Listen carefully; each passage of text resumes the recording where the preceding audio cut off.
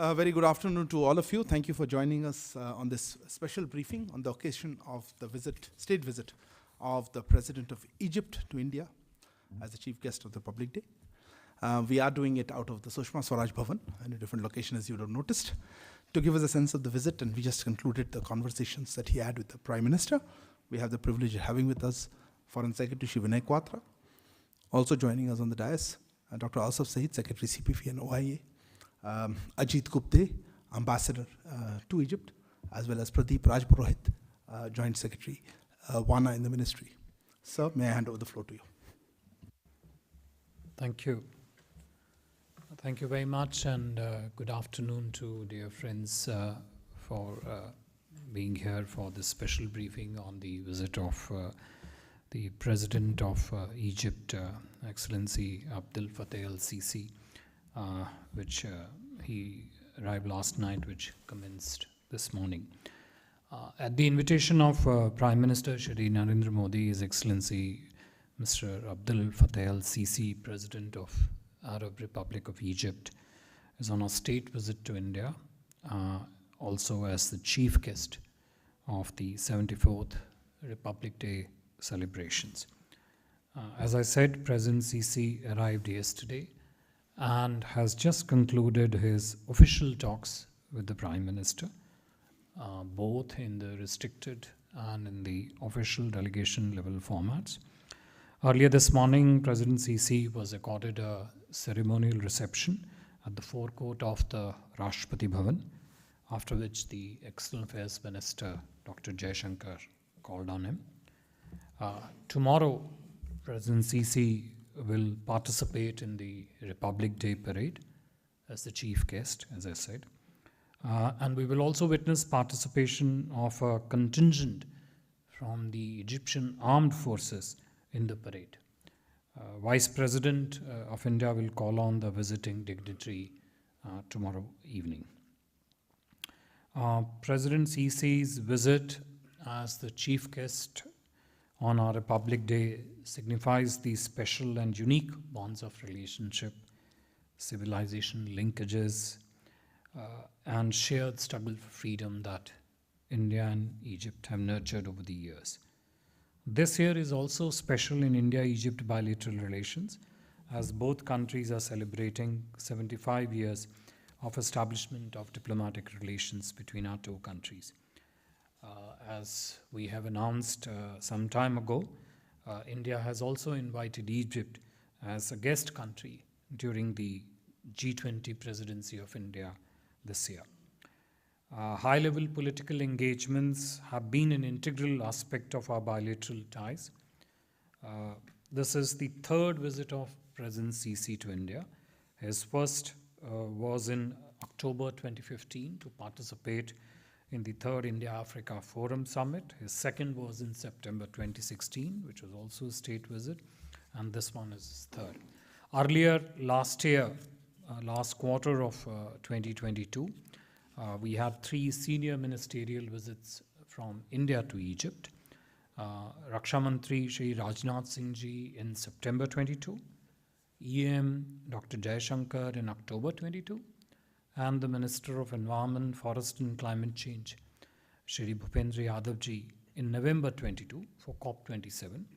And we have had return visits from Egypt of the Ministers of Communication and Information Technology earlier this month.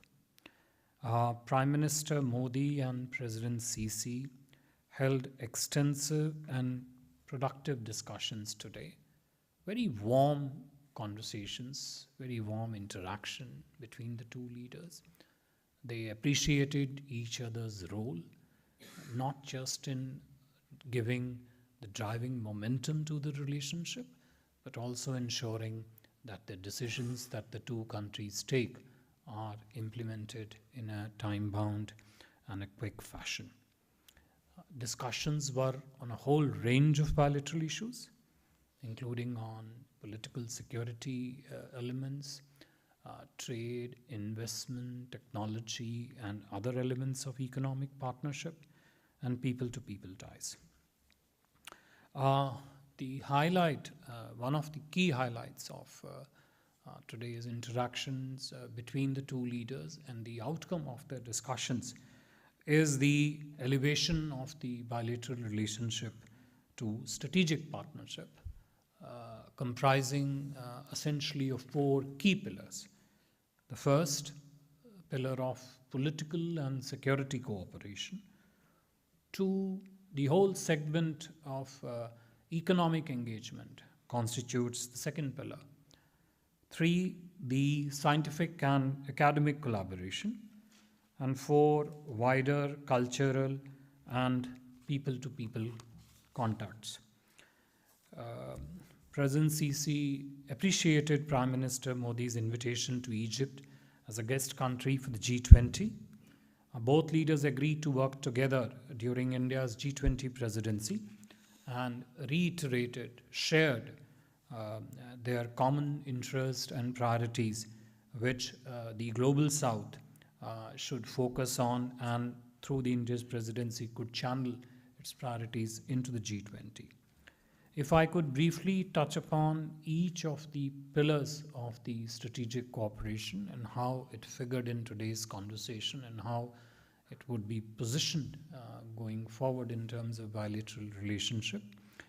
The defense and security element of the strategic pillar, of course, comprised of defense. Again, within defense, there are 4 or 5 sub-elements. Each one of them sort of was highlighted during discussions. Defense training, defense exercises, cooperation both in the fields of the platforms and the equipment, exercises, and also industrial partnerships between the two countries to forge a stronger base for defense partnership. In the security domain, political and security domain, counterterrorism, cybersecurity cooperation, and countering radicalization featured as 3 of the important sub-elements of the discussions between the two leaders.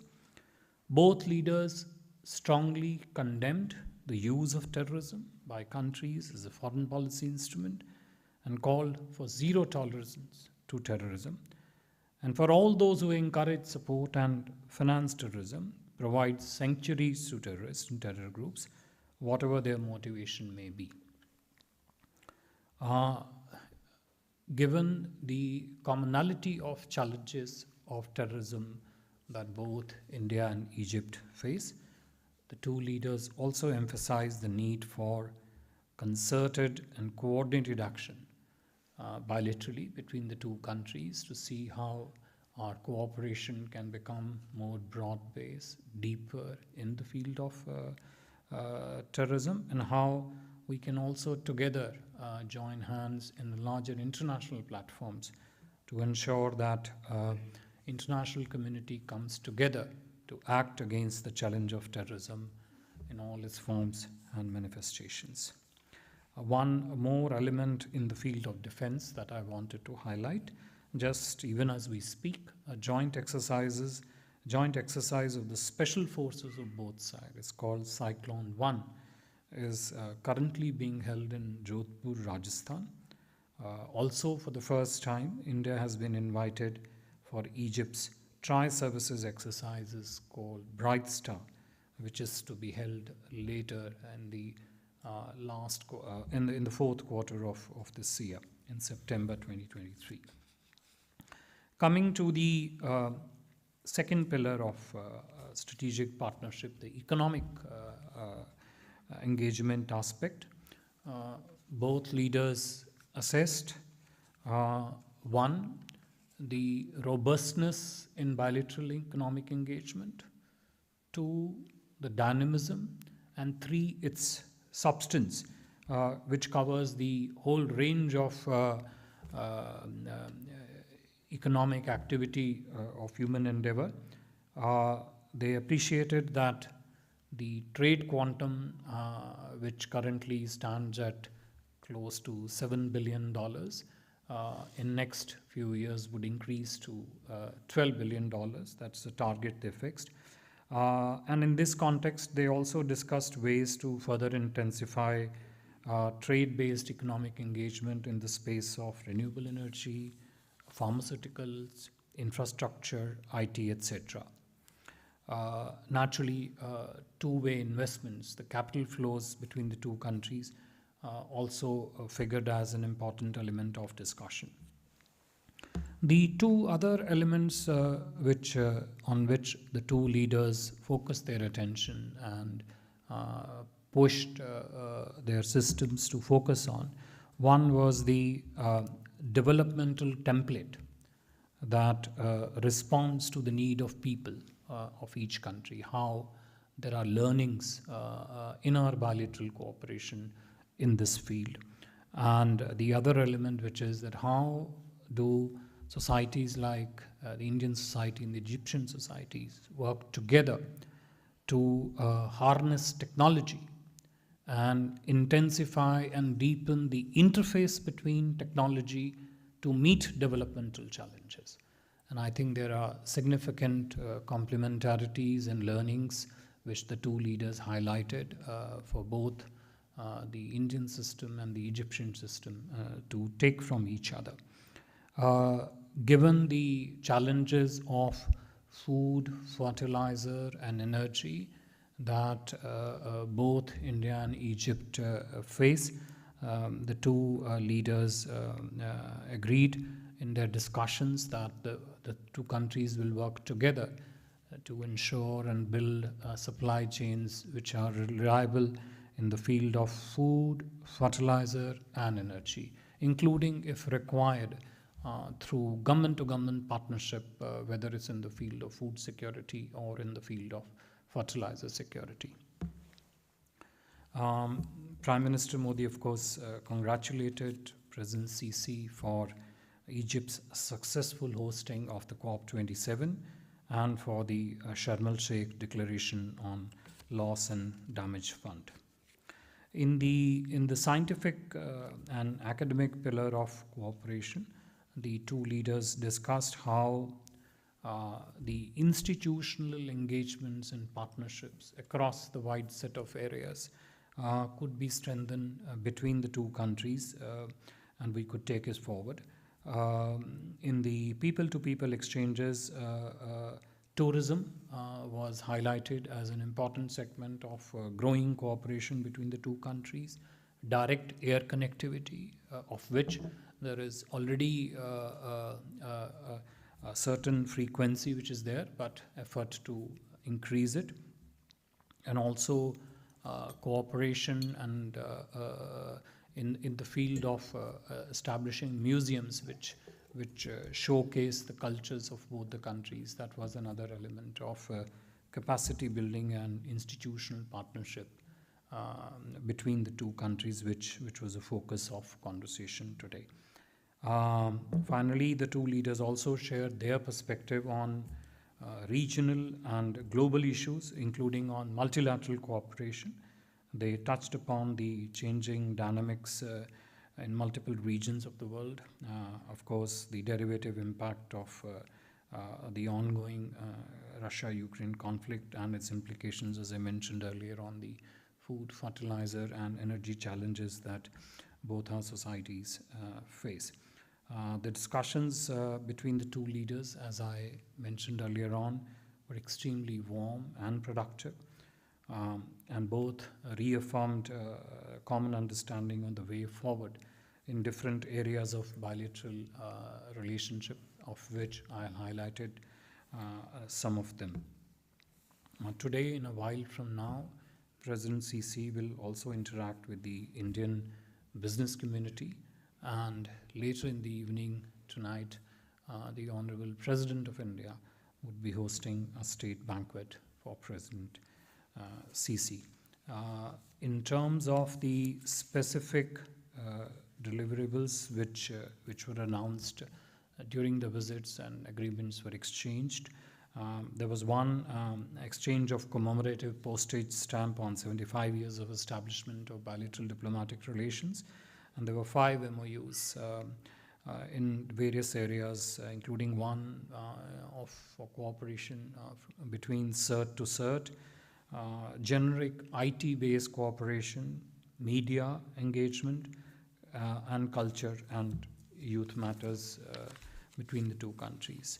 The joint statement, which is been agreed between the two countries, would be released tomorrow evening after the conclusion of all discussions have taken place. I would end here, and if there are any questions, I would be happy to take them. Thank you very much, sir. We'll take questions. I see a lot of interest. Please introduce yourself and the organization. Not you. I saw Pranay first, so today, Pranay, I'll come back to you. Sir Pranay Upadhyay ABP news से।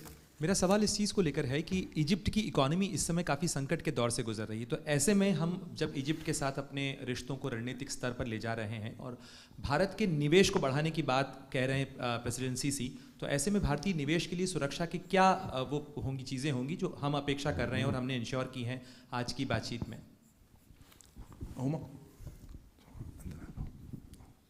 So my name is Huma Siddiqui and I'm from the Financial Express. Two questions. One is, was there any talk about space cooperation, because Egypt has recently announced that it has a space agency? One, and two, in the agri sector, what are the two countries wanting to do in the agriculture? What, sorry? In agriculture. Agriculture sector. Yeah. So Sridhar from the Asian Age.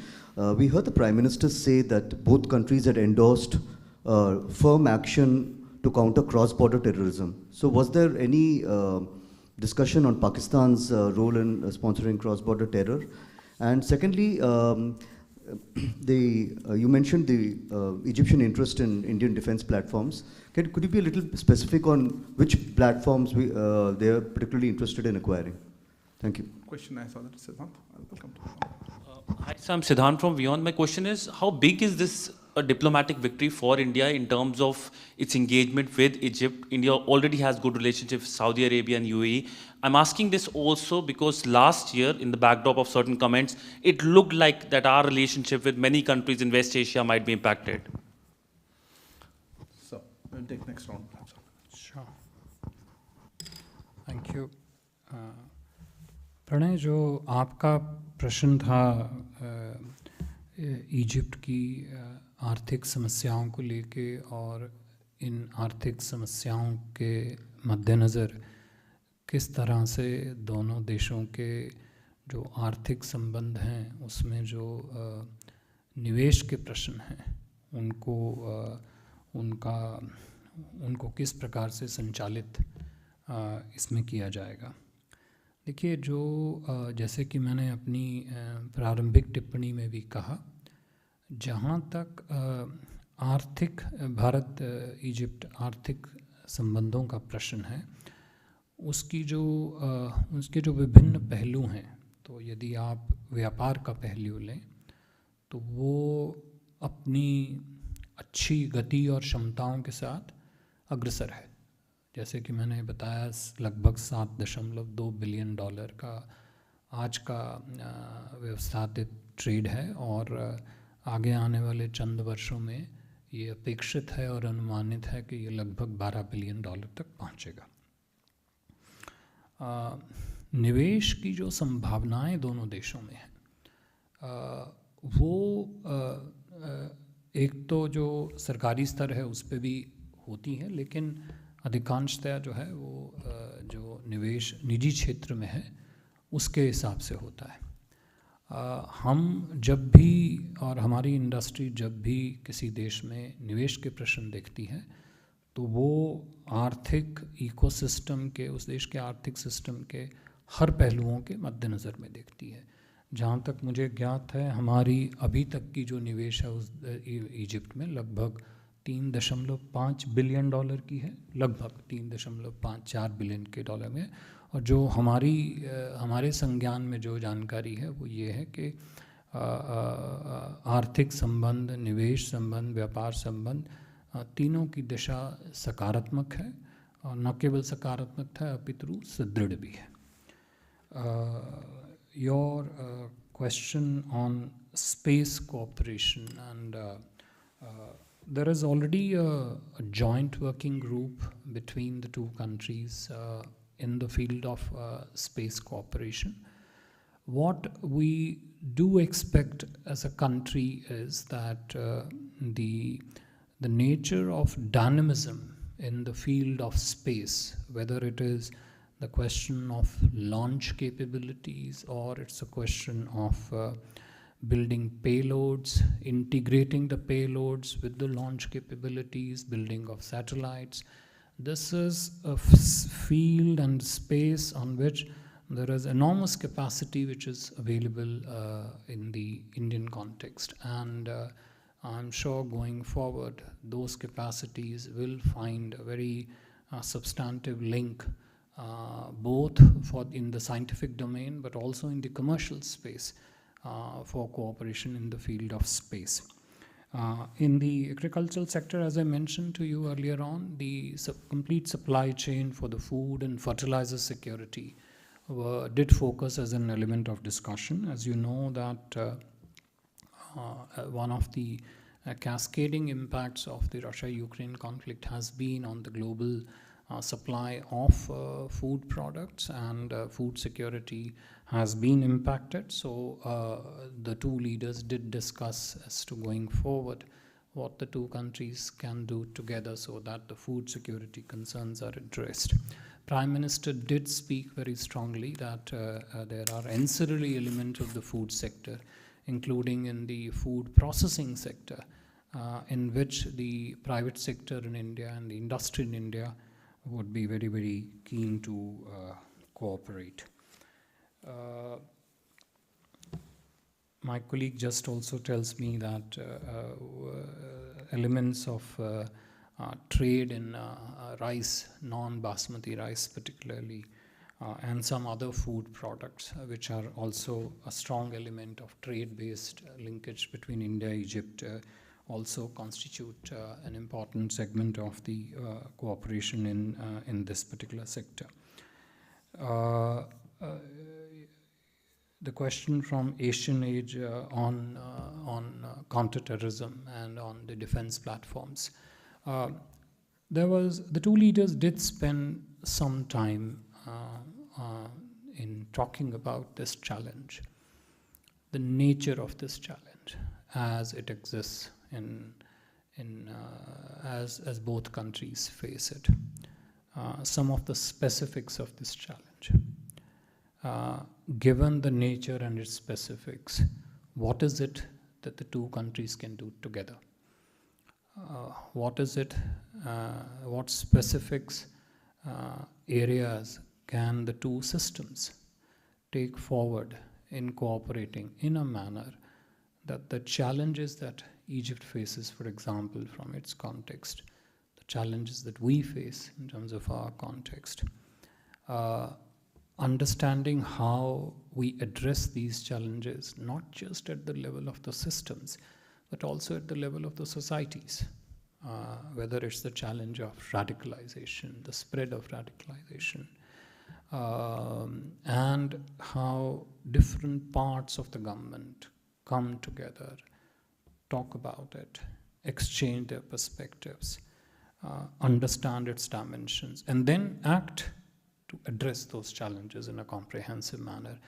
The two leaders did appreciate that this is an important security challenge for both the countries, both the societies, and they appreciated that there is a considerable scope and there is considerable leadership that the two countries' partnership in this field can provide for the rest of the region and for the world also. On the defense, as I mentioned to you, there are multiple sub-segments of defense cooperation which featured during the discussions. Platforms, equipment, and the related linkages of how industries of the two countries will come together on some of the equipments and some of the platforms also did feature in the leaders' discussion. I think at this stage I would rather not get into the specifics of those, but when they looked at defense, they looked at it more from a strategic dimension rather than from a very transactional aspect of this one. Siddhant, your question with regard to the how exactly is this visit seen? I think if you look at our India's cooperation across the whole region in that part of the world, you would actually find that the extent of robustness, strength, diversity and depth which is there in India's cooperation with pretty much almost all the countries of the region actually is a very strong and positive story in itself. And as I mentioned in my opening remarks, our links with Israel, with Egypt, are civilizational. And our relationships go back to, we are celebrating 75th year of our bilateral ties. If you look at our history, and even if you look at our recent history, let's say post-2014, our engagement has actually been, this is the third state visit of the Egyptian president. Large number of ministerial visits I spoke to you about. The extent of partnership that the two countries have in the field of trade, technology, tourism and capital. Egyptian invitation to participate in the G20 presidency. Egyptian participation also in the recently held Voice of Global South Summit. For us, Egypt is among one of the key strategic partners of that region, but we also enjoy very strong and robust partnership with region as a whole. So I really don't see one against or one versus the other. It's one stands in its positivity and strength in itself, and what we do with others stands on itself. Thank you. Manush, I missed you last time. So this is Manas Pratimbuyan from Press Trust of India. My question is just related to Pranay's question. Egypt has been reeling under a massive economic crisis, and they're facing especially food crisis. And last year we sent around 61,000 tons of wheat and lifting some restrictions. And has the Egyptian president sought further wheat from India to deal with the food crisis that Egypt has been facing, sir? I'm sorry, I didn't pick up the last part of your question. After the 61,000 tons of wheat import? Has President Sisi sought more wheat this time? Okay. And economic assistance. Good afternoon, sir. Shashank Matu from the Mint. Mint. So India has been making much of an outreach to West Asia in recent times, and with organizations like the I2U2, much of the focus is also on economic investment and on food security. Is there, Egypt and UAE also have good ties? Are we looking to make something of a trilateral conversation with UAE on economic investment? Is there a trilateral with Egypt and? With UAE, UAE and Egypt to talk about these questions, or integrate Egypt into I2U2's conversation? Yes. This is Yeshi Seli from the New Indian Express. So was there any talk of trade in rupee, considering the fact that Nigeria and Tanzania are already trading in Indian rupee? So Hasini? Thank you. So Hasini Heather from The Hindu. Just to add to Shashank's question, since you mentioned Israel, I think inadvertently, the idea of Egypt actually taking an interest in Indian defense systems, in equipment, in that strategic part, is that something that will require India to have a conversation, a trilateral conversation or otherwise, with its other big defense partner in the region, which is Israel? Also, does the joint statement include any part on the Palestinian people? And a small question, if I may, on the visits. An Indian Prime Minister has not visited Egypt since 2009. Is it, and I think Prime Minister Modi missed going in 2020 due to COVID. He was supposed to go last year for the COP27, but he wasn't able to. So are we expecting him to go before President Sisi comes back for the G20? And last question, what? Akhilesh, yeah, I think Akhilesh. So I'm Akhilesh Suman from Sansad TV. Sir, Egypt also holds a Suez Canal. And is there any plan that India and Egypt are going to cooperate in security issues related to Suez Canal or any economic activity around Suez Canal? Because last year we had signed an MOU of $8 billion about green hydrogen. So what is the status of that? Sorry, your question was on Suez Canal or green hydrogen? Suez Canal. Just about green hydrogen. No, that's okay. Suez Canal. Sir, I'm sorry, we are running out of time, so I'll close here. Okay, let me just come to the last question which you asked on the green hydrogen. To our understanding, there have been 2 or 3 MOUs between the companies in India and Egypt. It's not a government-to-government agreement or MOU which has been signed. According to our understanding, the information that is available with us, which you can cross-validate, there might be some error in numbers, is roughly close to $18 billion worth of project proposals on which the private companies have entered into some kind of an understanding to invest in Egypt. We will see how that part unfolds going forward. On the PTI question relating to the food crisis, as I mentioned to you in my remarks also, the challenges of food, fertilizer, and energy security, and how do India and Egypt come together to ensure that the supply challenges that we face in each of this space could be addressed through bilateral cooperation was an important element of discussions between the two leaders. Naturally, how would this cooperation translate into meeting specific elements of security, let's say of food in this case, including wheat, as my colleague just mentioned. It also includes non-basmati rice. In case of fertilizer, the phosphatic fertilizers, which is India's need, and Egypt have strong capacities in this field. All this did come up during conversation, and we would expect that in weeks and months ahead, the systems on the two sides will carry forward this discussion and translate it into specific understandings between the two countries. The I2U2 part and this, we have spoken about this and frankly discussed also at some length in our previous presses also. I2U2's post, the momentum is economic, focuses on specific economic project.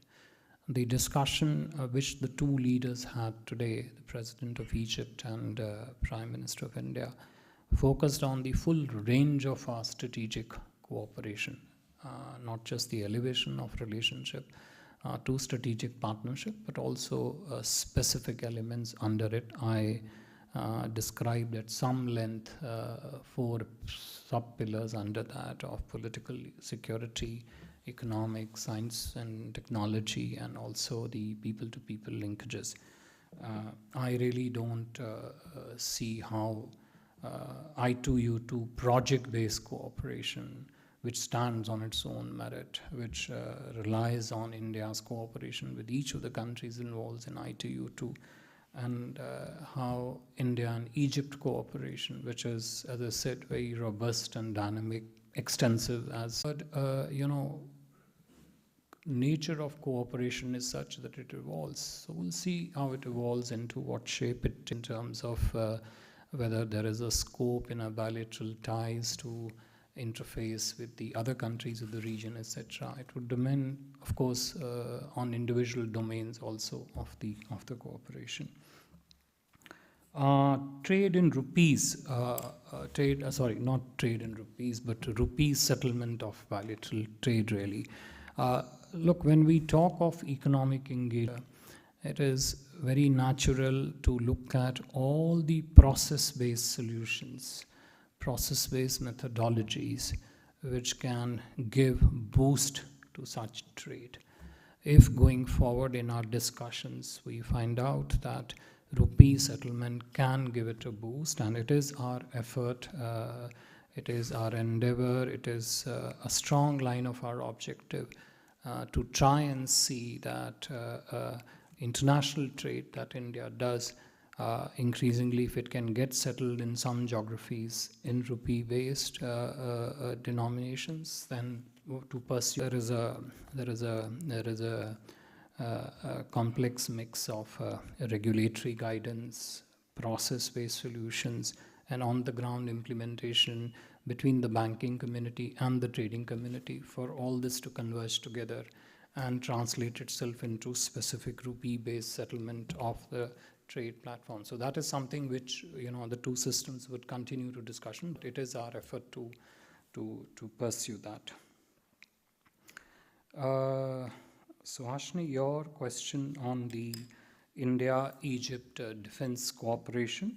First of all, what is there in the joint statement, what is not there in the joint statement? I think you will see when the joint statement comes out tomorrow evening.